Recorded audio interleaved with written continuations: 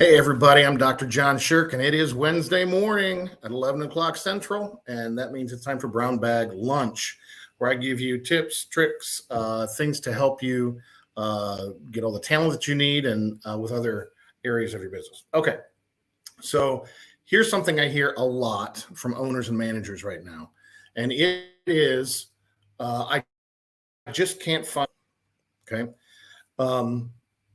Everybody is adjusting to the new reality of unemployment below 4%. In the United States, the dynamic of available talent and number of jobs, we're at a threshold we've never been at before. I mean, even here in Louisiana, the unemployment rate has gone down 12 straight months. We're at about 3.8% and the lowest in recorded history. So, and that's kind of true everywhere else. There are places like Elkhart County, Indiana, where it's sometimes below 1%. So the demand for talent is extreme, and therefore, of course, it's hard to find good people. But what it exacerbates is the bar gets lowered just because I got to have somebody, right? So what do I do with these people? And so what I want to do is give you just a framework for how to take a not bad person and turn them into a good person, right? There's no evil people out there. There are people who they just need a little bit of help or training to get them to where you want them. Now, this framework I'm going to give you is not job skills per se. If you have a technician and they don't know how to wash a coil, and then they have to learn to wash a coil, I'm not talking about those skills, right? If you have an engineer and they don't know how to, draw up a solution for a customer, they don't know how to use, AutoCAD or whatever, those aren't the skills I'm talking about. What I'm talking about are what I'm going to call here professionalism skills. Professionalism skills that take a frontline person and turn them into a frontline performer, okay? Now, these come in 5 layers, and as I give these 5 to you,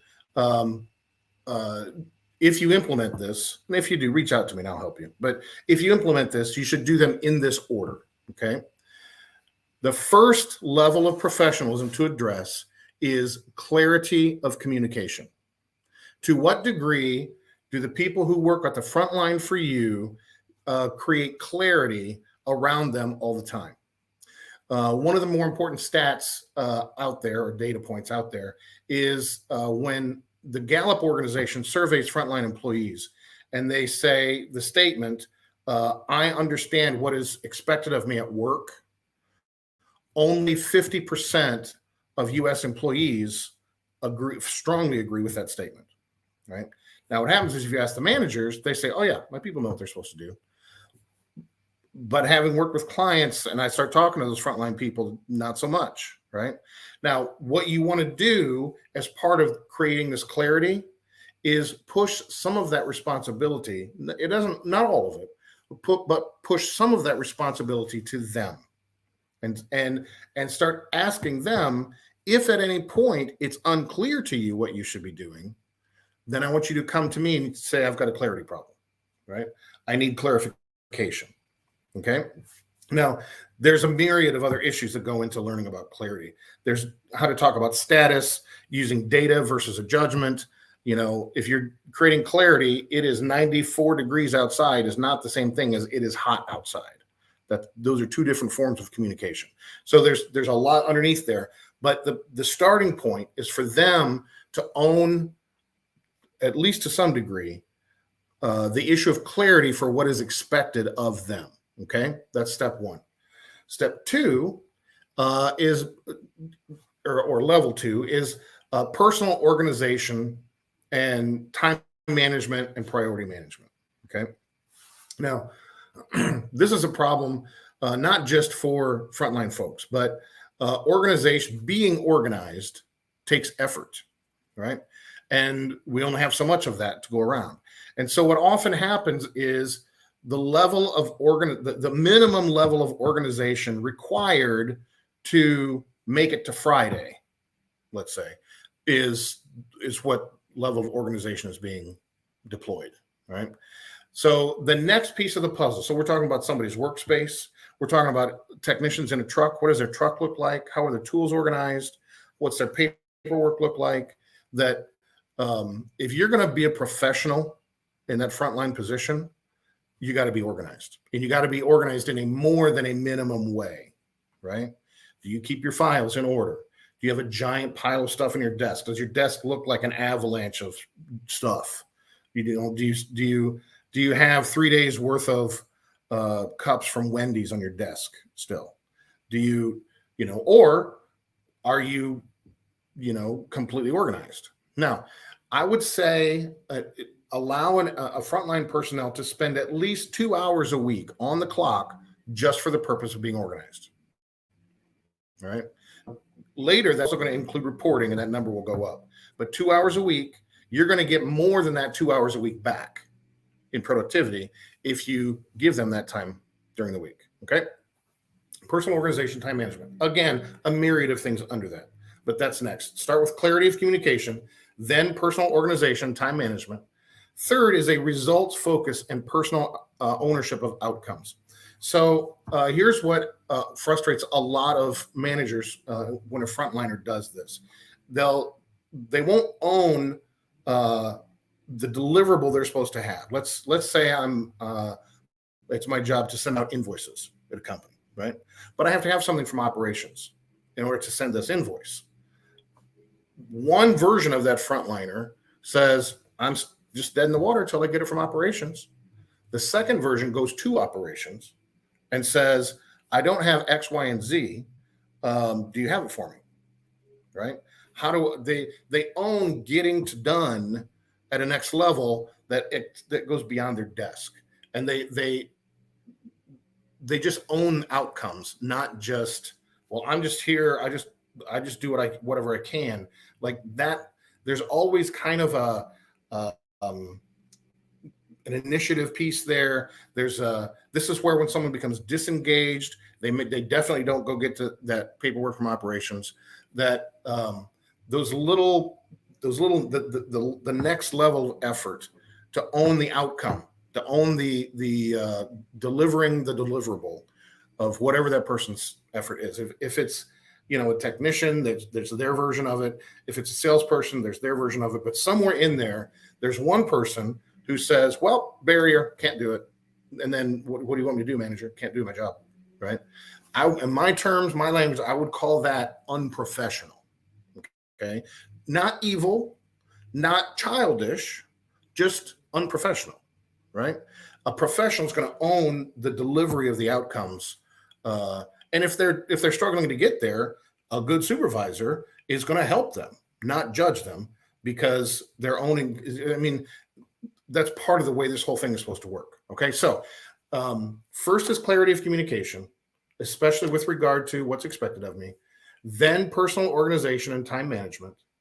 Then building a results focus and personal ownership of outcomes, right? Fourth layer is what I call in-house networking and organizational savvy. So let's take that same person doing those invoices who need something from operations. The next level of professionalism, they're going to think through the whole loop of process and everybody who's going to touch what they need to get, and they're going to take those people to lunch one at a time. They're going to build a relationship with each of those people, a professional relationship, right? But they're going to build enough connection relationship-wise that when they want to go ask for something, there's already the skid is already greased, right? And there's along with that, there's an understanding how the org works, right? If you're the kind of person who likes to have blue hair and lots of piercings, nothing wrong with that. But if you walk into a company and no one else looks like that, you should question whether it's a good professional choice to work there, because there's a savvy that goes into participating in a company's culture, right? So this fourth level, and it's fourth level for a reason, because at this point you're performing. If you can get clear of what's expected of you, and you can organize yourself, and you own the outcomes, you're probably performing. And so it's important is because you're going to face that frontliner. It's going to face a temptation to say, I'm performing, so I want to get away with more. I know they need me, so I'm going to push certain boundaries, right? That's an unwise use of the capital that you're creating as a frontliner, when you could be using it for something much more beneficial down the road, like a raise or like resources you don't have access to. Okay. So understanding how the organization works, understanding how to approach certain managers, creating a network that greases the skids for all the other people that I need for them to do their job so I can do my job. Right.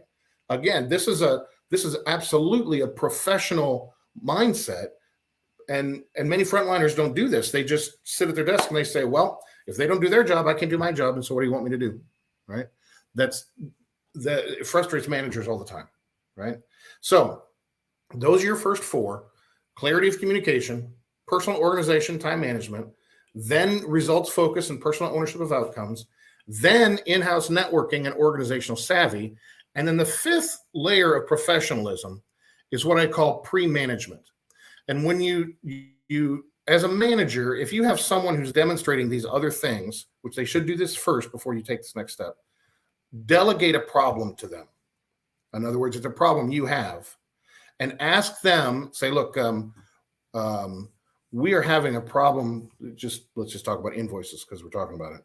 We are having a problem getting invoices out the door in a timely way. This is the standard we have to meet. I would like for you to sit down with me next Thursday and bring a proposal for how to get from where we are to that standard. Right? Think about it, propose the solution, tell me what we need to execute, give me a sense of timeline. Is there a budget involved? Do we need to hire someone? What are your thoughts, right?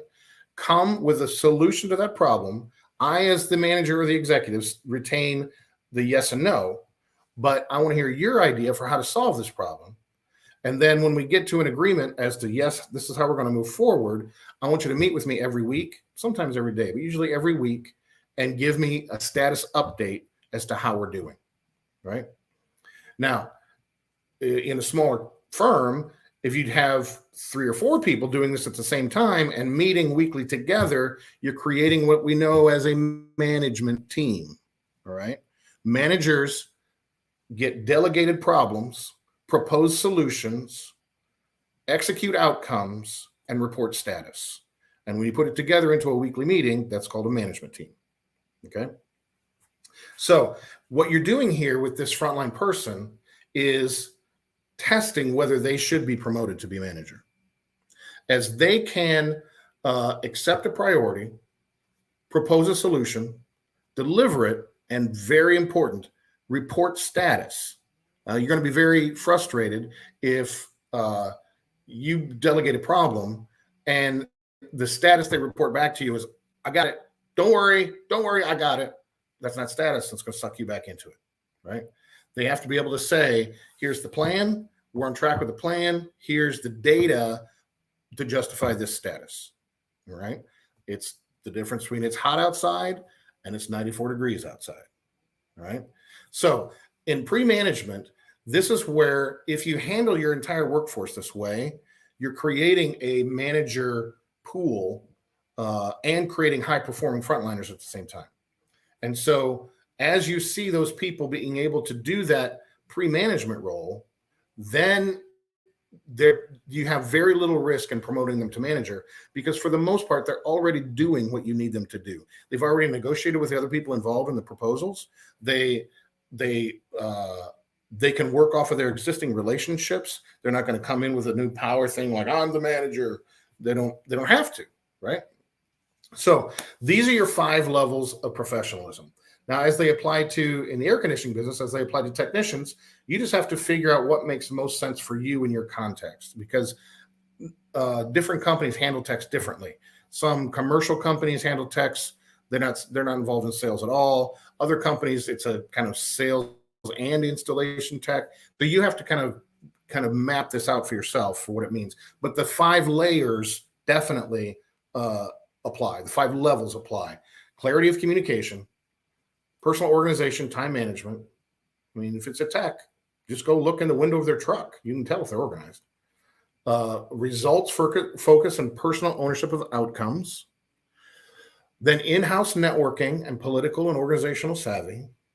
And then finally, pre-management. Okay. You do this with your workforce, and you will have a tier of pre-managers ready to get promoted to that next role.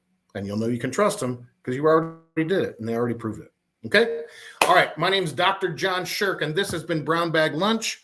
Love to have you reach out. If you like what you heard, please share it, like it below, and let's get on the phone and get to know each other a little bit. Okay. Thanks a lot. We'll see you next week.